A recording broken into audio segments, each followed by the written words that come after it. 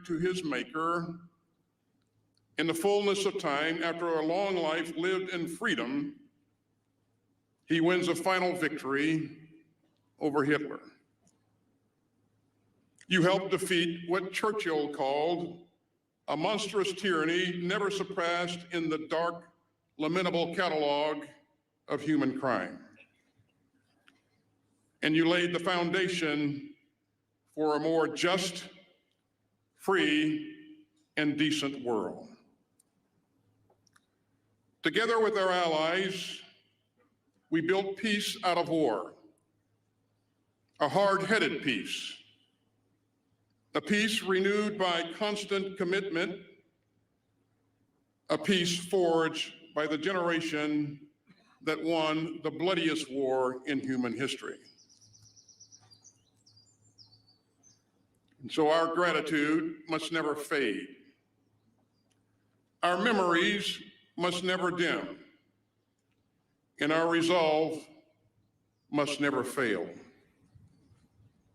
We still seek a world where aggression is a sin, and where human rights are sacred, and where all people can live in freedom. And so we must rally again to defend the open, post-war world of rules, rights, and responsibilities. Those rules protect us. Those rights define us. And those responsibilities summon us once more. At this hinge in history, we must again stand firm against aggression and tyranny. And as I said here last year, if the troops of the world's democracies could risk their lives for freedom then, surely the citizens of the world's democracy can risk our comfort for freedom now. So let us again uphold the spirit of D-Day. Let us again defend the principles that the Allied armies carry. And let us again thank the heroes of D-Day who kept freedom alive for us all. You saved the world.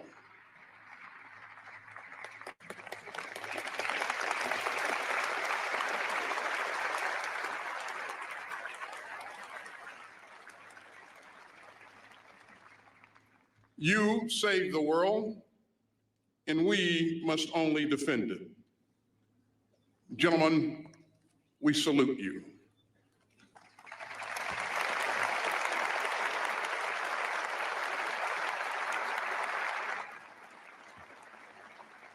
May God bless the American and Allied troops who fought here.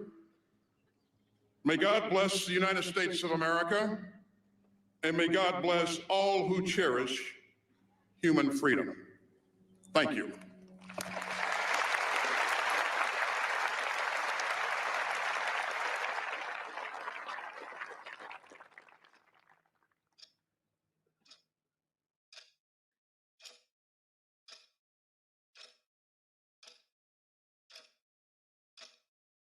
Papa, what was it like on D-Day?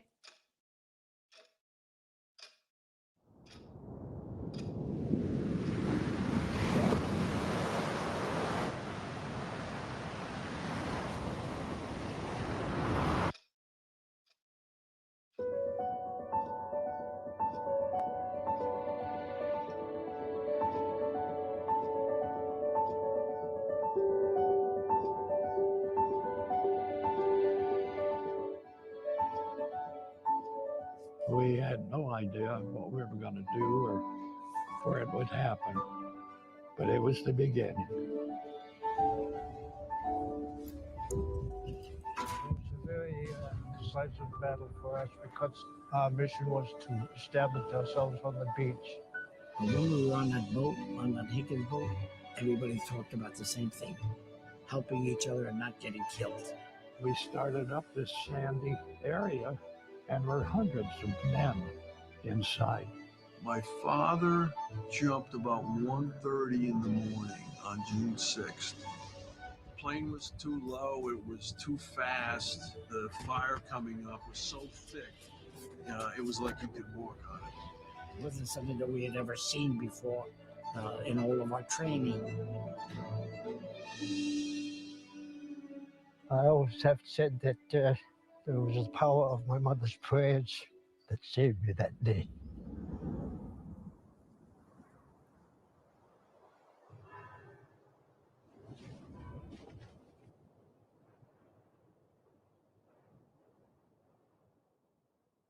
And it gets to me thinking about it.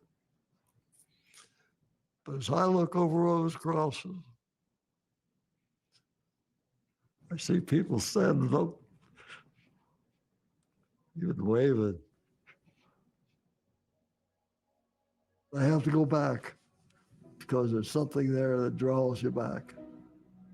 I have a very close friend that I knew by the name of Edward Mirosevic. He had received a very bad stomach wound, and I could not even bandage it properly. We said goodbye to each other forever. He's laying here on the cemetery here in Colville. I think of the many men here that paid the ultimate price for the freedom of Europe. Young people want to know and need to know. Everybody I saw that I was glad to fight alongside them, they were willing to stand up. And not all of them came back. And they all have a story to tell. And it's our responsibility to tell those stories. People will not be forgotten as long as we keep talking about them.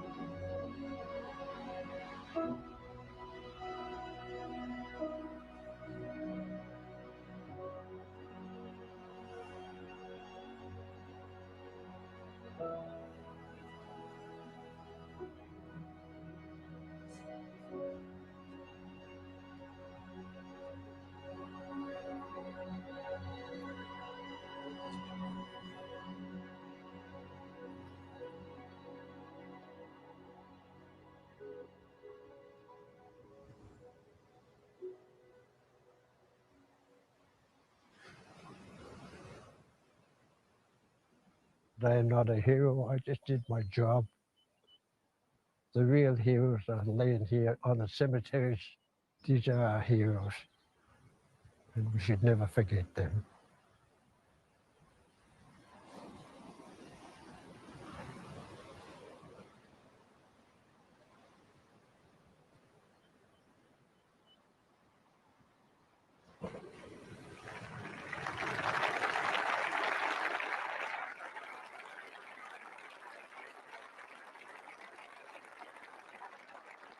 Distinguished guests, the 46th President of the United States of America, Joseph R. Biden Jr. Invité d'honneur, le 46e président des États-Unis d'Amérique, Joseph R. Biden Jr.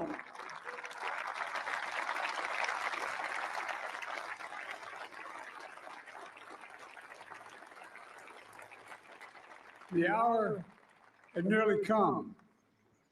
Monday, June 5th, 1944. The evil of Hitler's Third Reich was devastating the world. Nazi Germany had subjugated the once free nations of Europe through brute force, lies, and twisted ideology of racial superiority. Millions of Jews murdered in the Holocaust. Millions of others killed by bombs, bullets, bloody warfare. Hitler and those with him thought democracies were weak, that the future belonged to dictators. Here, the coast of Normandy, the battle between freedom and tyranny would be joined. Here, on that June morning, the testing was at hand. President Macron, Mrs. Macron, Secretary Austin, Secretary Blinken, distinguished guests, most of all, our honored veterans who met that test of ages, the test of ages to that moment, 80 years ago today.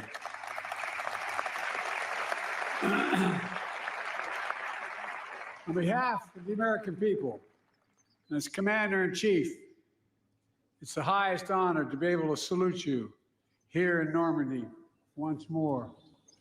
All of you, God love you.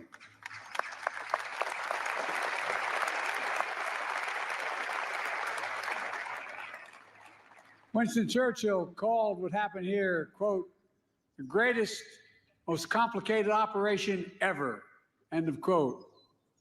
After years of planning, Operation Overlord was ready to launch just as soon as the weather turned. Across the choppy English Channel, the Supreme Commander of the Allies, Dwight D. Eisenhower, waited. The largest force ever of its kind, built by 12 nations. Men, guns, planes, naval craft of every description, waited. The world, captive and free, waited. Finally, Eisenhower's forecaster said there was a window in the weather. It would open briefly on Tuesday, the 6th of June.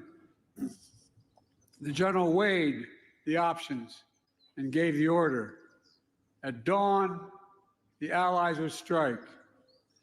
The great crusade to free Europe from tyranny would begin. That night, General Eisenhower drove to the English town of Newbury to visit paratroopers of the 101st Airborne. There were men from all over America. It was estimated that 80% of them would be killed within hours. That was the estimate. But they were brave, they were resolute, and they were ready. One soldier told General Eisenhower, quote, don't worry, sir. The 101st is on the job. Everything will be taken care of. That's what he said. And because of their courage and their resolve, because the courage and resolve of their allies, it was taken care of. From the sea and sky, nearly 160,000 Allied troops descended on Normandy. Many, to state the obvious, never came home. Many survived that longest day, kept on fighting for months until victory was finally won. And a few, a notable band of brothers, are here with us today. Kenneth Blaine Smith is here. On that day, under heavy artillery fire, he operated a rangefinder and radar on the first American ship to arrive at Normandy's coast, providing direct gunfire support for the Rangers scaling the cliffs of Pointe du Hoc on their daring mission to take out the German batteries. Bob Gibson is here. He landed on Utah Beach about 10 hours after the invasion began. Bullets flying everywhere, tracers lighting up the sky. Bob drove an M4 tractor with anti-aircraft gun mounted on top, providing critical protection for the infantry against the German Air Force. On that day, and for many days after, he continued. Ben Miller is here, a medic with the 82nd Airborne. At 3 a.m. on June 6th, he and 13 other medics flew over the channel in a rickety glider. Its wings were ripped off by giant poles that the Germans buried halfway in the ground to stop them from landing. They crashed, but they survived. And they did their duty, dragging injured soldiers to safety, treating wounds, saving lives while the battle raged. Every soldier who stormed the beach, who dropped by parachute or landed by glider, every sailor who manned the thousands of ships and landing craft, every aviator who destroyed German-controlled airfields, bridges, and railroads, all All were backed by other brave Americans, including hundreds of thousands of people of color and women who courageously served despite unjust limitations on what they could do for their nation. Lewis Brown is here, part of the Red Ball Express, a truck convoy made up of mostly African-American drivers. They landed in Normandy in the wake of D-Day. They rushed supplies to the rapidly advancing front lines. Woody Woodhouse is here, members of the legendary Tuskegee Airmen, who flew over 15,000 sorties during the war. Marjorie Stone is here. She enlisted in the women's branch of the Naval Reserve, became an aircraft mechanic, spent the war keeping American planes and pilots in the air. Theirs has always been the story of America. Just walk the rows of this cemetery as I have. Nearly 10,000 heroes buried side by side, officers and enlisted, immigrants and native-born, different races, different faiths, but all Americans. All served with honor when America and the world needed them most. Millions back home did their part as well. From coast to coast, Americans found countless ways to pitch in. They understood our democracy is only as strong as all of us make it together. The men who fought here became heroes, not because they were the strongest or toughest or fiercest, although they were, but because they were given an audacious mission, knowing, every one of them knew, the probability of dying was real. But they did it anyway. They knew, beyond any doubt, there are things that are worth fighting and dying for. Freedom is worth it. Democracy is worth it. America is worth it. The world is worth it. Then, now, and always. The war in Europe didn't end for another 11 months. But here, the tide turned in our favor. Here, we proved the forces of liberty are stronger than the forces of conquest. Here, we proved that the ideals of our democracy are stronger than any army or combination of armies in the entire world. We proved something else here as well, the unbreakable unity of the Allies. Here with us are men who served alongside the Americans that day, wearing different flags on their arms, but fighting with the same courage for the same purpose. What the Allies did together 80 years ago far surpassed anything we could have done on our own. It was a powerful illustration of how alliances, real alliances, make us stronger. A lesson that I pray we Americans never forget. Together we won the war. We rebuilt Europe, including our former enemies. It was an investment in what became shared and a prosperous future. We established NATO, the greatest military alliance in the history of the world. And over time, you got it, it is. And over time, we brought more nations into NATO, the NATO alliance, including the newest members, Finland and Sweden.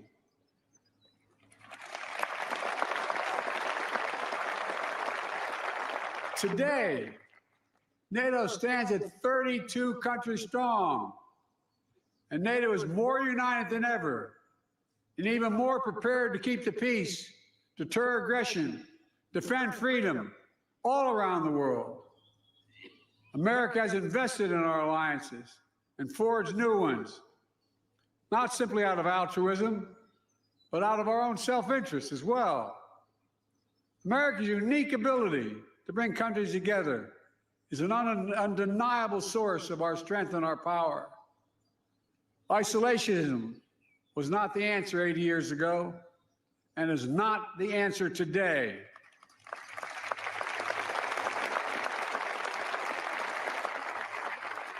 We know the dark forces that these heroes fought against 80 years ago. They never fade. Aggression and greed, the desire to dominate and control, to change borders by force, these are perennial. The struggle between a dictatorship and freedom is unending. Here in Europe, we see one stark example. Ukraine has been invaded by a tyrant bent on domination. Ukrainians are fighting with extraordinary courage, suffering great losses, but never backing down.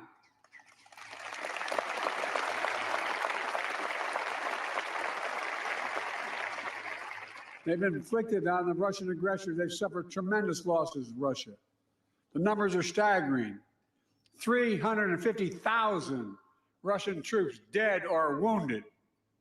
Nearly 1 million people have left Russia because they can no longer see a future in Russia. The United States and NATO and a coalition of more than 50 countries standing strong with Ukraine. We will not walk away.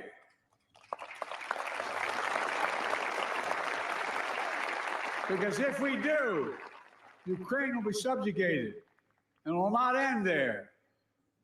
Ukraine's neighbors will be threatened. All of Europe will be threatened. And make no mistake, the autocrats of the world are watching closely to see what happens in Ukraine, to see if we let this illegal aggression go unchecked. We cannot let that happen. To surrender to bullies, to bow down to dictators, is simply unthinkable.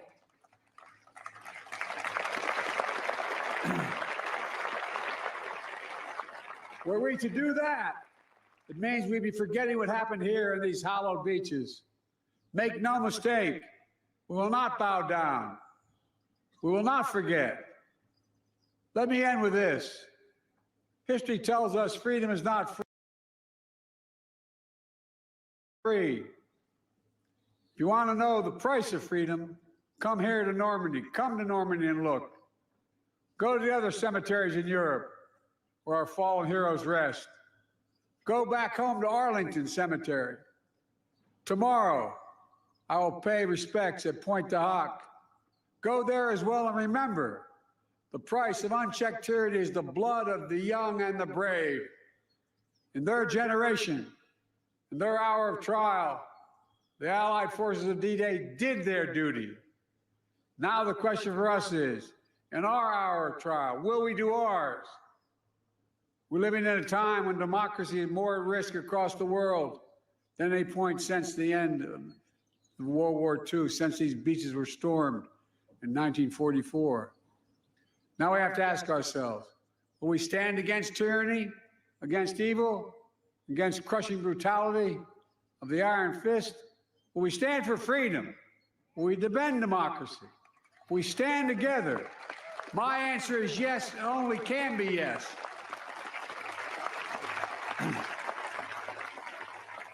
We're not far off from the time when the last living voices, those who fought and bled on D-Day, will no longer be with us. So we have a special obligation. We cannot let what happened here be lost in the silence of the years to come. We must remember it, must honor it, and live it. And we must remember the fact that they were heroes here that day does not absolve us from what we have to do today.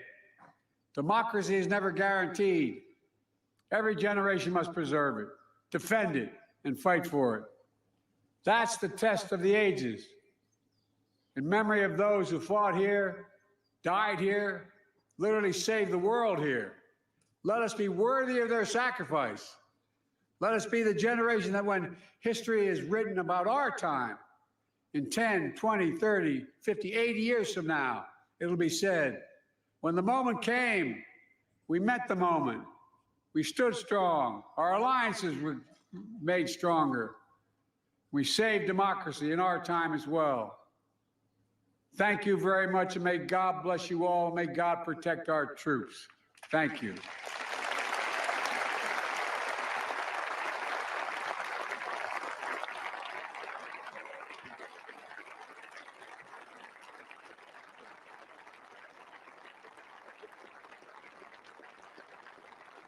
distinguished guests, in honor of the veterans gathered with us today and those commemorated at this hallowed ground, Lieutenant Commander Catherine Miyamasu will now read the watch.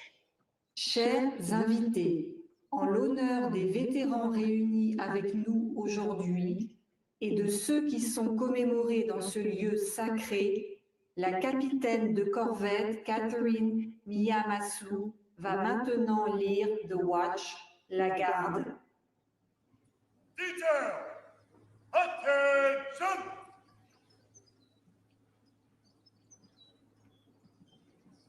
Center! Face! When a sailor retires, it is traditional that a younger service member read the watch. Today, we want to read the watch for all World War II veterans here today, both behind us and all around us. 80 years ago, these sailors stood the watch.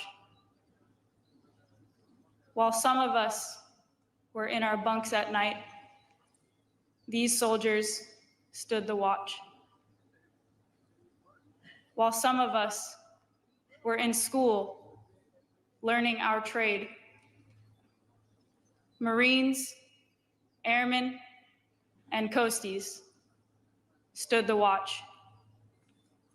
Yes, even before some of us were born into this world. The men behind me and their brothers and sisters who lay before me stood the watch. In those years, when the storm clouds of war were seen brewing on the horizon of history, they stood the watch. Many times, they would cast an eye ashore and see family standing there, needing guidance and help, needing that hand to hold in those hard times. But still, they stood the watch. They stood the watch 80 years ago. They stood the watch so that we, our families, and our fellow countrymen and women can sleep soundly in safety each and every night, knowing that these veterans stood the watch. Today, we are here to say, World War II veterans, the watch stands relieved. Relieved by those you have trained, guided, and led. American World War II veterans, you stand relieved. We have the watch. Present! Arm!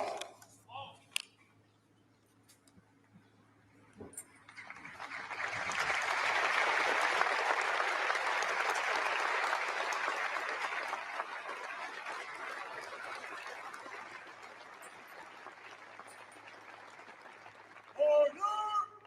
Arm! Center! Face! Present! Arm!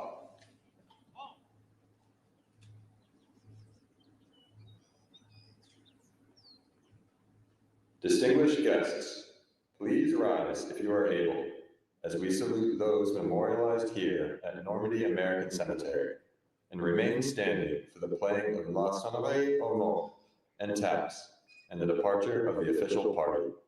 Chers invités, veuillez vous lever si vous le pouvez pour saluer ceux qui sont commémorés ici au cimetière américain de Normandie et rester debout pour l'interprétation de la sonnerie aux morts et de Taps et pour le départ de la délégation officielle.